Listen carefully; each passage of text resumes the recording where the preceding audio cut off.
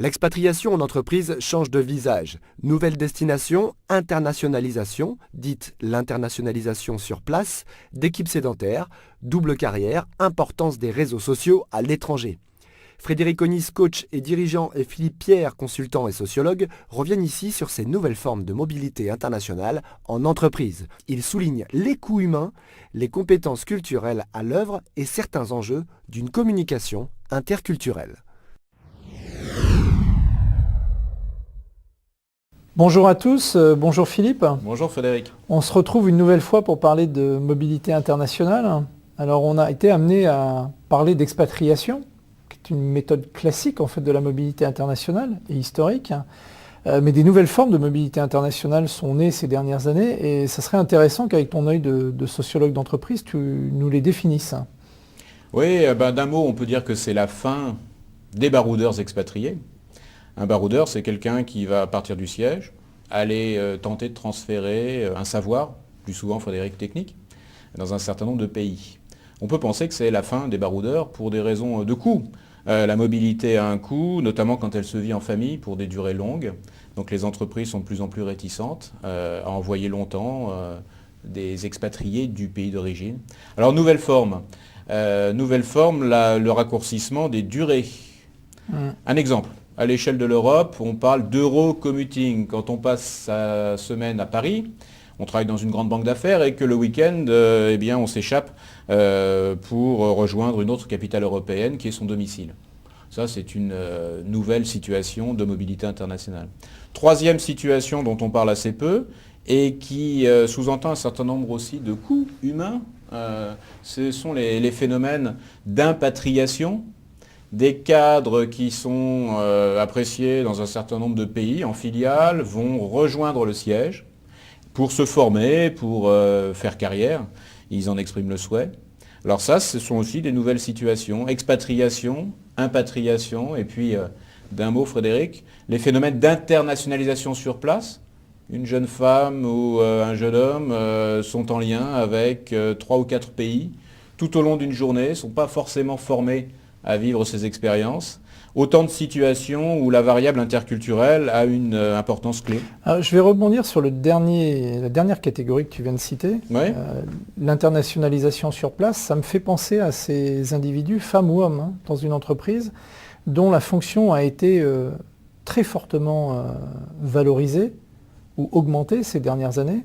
Je pense par exemple à une assistante de zone qui avant faisait un travail de transmission d'informations et qui se voit proposer des responsabilités en termes d'organisation de conférences, en termes d'organisation de moments forts, et du coup se retrouve en situation à distance de relations professionnelles plus fortes en fait avec des personnes de cultures différentes. Quels sont pour toi les enjeux qui sont derrière et un peu le dessous des cartes, comme tu aimes dire? Oui, je crois que tu as raison de souligner ce point. C'est un peu le dessous des cartes de la communication interculturelle. Il y a un discours un peu surplombant qui inviterait tout le monde à s'entendre grâce aux nouvelles technologies. Cette jeune femme dont tu parles serait en lien avec différents pays, sans percevoir, sans voir son interlocuteur. Donc on a un certain nombre comme ça de discours sur le bienfait des nouvelles technologies. On peut s'interroger. Tout n'est pas si simple.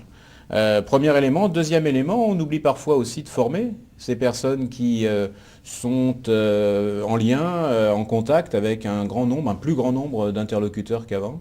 Je crois que tout ça, ça renouvelle en effet le panorama de la mobilité internationale.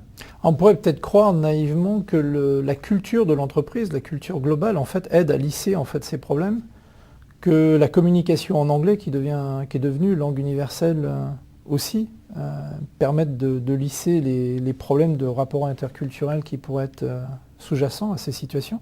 Est-ce que c'est ton opinion ou est-ce que tu penses qu'il reste en fait des points de clivage, des points de difficulté, des frustrations en fait dans les individus qui vivent ces situations? Moi je suis convaincu qu'il y a une face éclairée, c'est le discours officiel, celui qu'on entend, qui invite à réussir vite. Et puis il y a la face vécue, la face sombre. Ce sont les tiraillements intérieurs, quand on doit s'exprimer avec des interlocuteurs en un temps qui se rétrécit. On a 1, 2 journées pour prendre une décision ou tenter de prendre une décision. On a 1-2 journées pour faire un audit dans un pays. On est attendu sur un reporting fiable.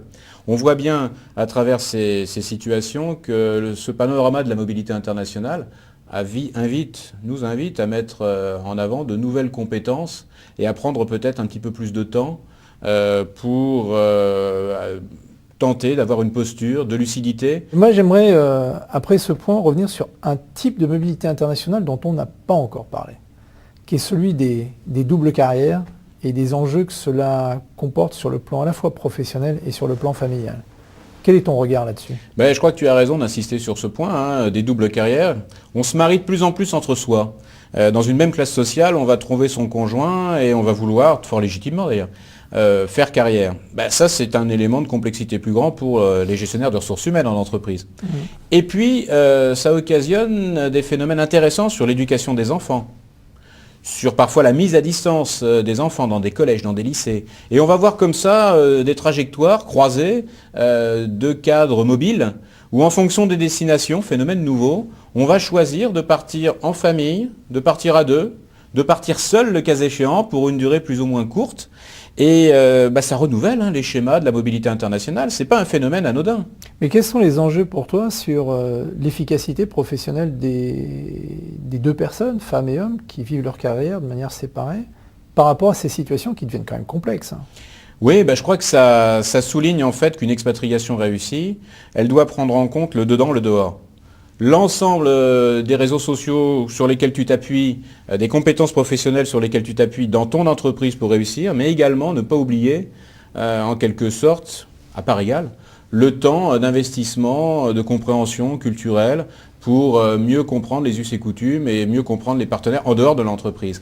Et ça, c'est de plus en plus compliqué parce que dans le cas de l'Eurocommuting dont on parlait tout à l'heure, cette personne qui passe une partie de sa semaine dans une capitale et qui va vivre le week-end dans un autre pays, on peut se poser quand même la question de l'autarcie culturelle et de la véritable rencontre.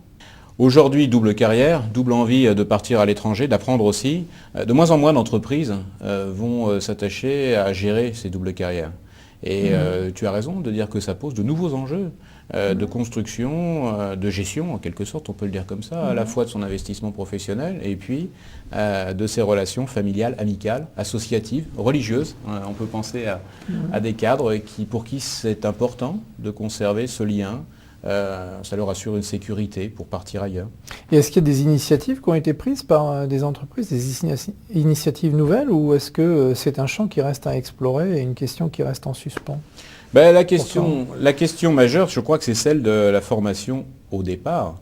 Certaines entreprises, systématiquement, proposent aux conjoints de participer à quelques-unes de ces formations. On comprend mieux l'histoire du pays que l'on va rejoindre, sa géographie, son système politique, l'ensemble des éléments importants qu'il faut avoir en tête pour mieux réussir. On voit bien donc que le paysage bouge et qu'aujourd'hui, la mobilité internationale appelle de nouvelles compétences qu'on pourrait qualifier d'interculturelles. Oui, on le voit bien, en fait, le paysage de la mobilité internationale s'est largement complexifié ces dernières années, Philippe. Je crois que les catégories et les enjeux à l'intérieur de chacune des catégories le montrent très clairement. Ça reste un champ d'exploration non seulement sociologique, mais aussi très opérationnel pour la réussite des entreprises, pour la réussite des individus dans les entreprises. Donc c'est sûrement un sujet sur lequel on sera amené à reparler, peut-être avec des invités. Merci à tous et à bientôt. Merci Frédéric.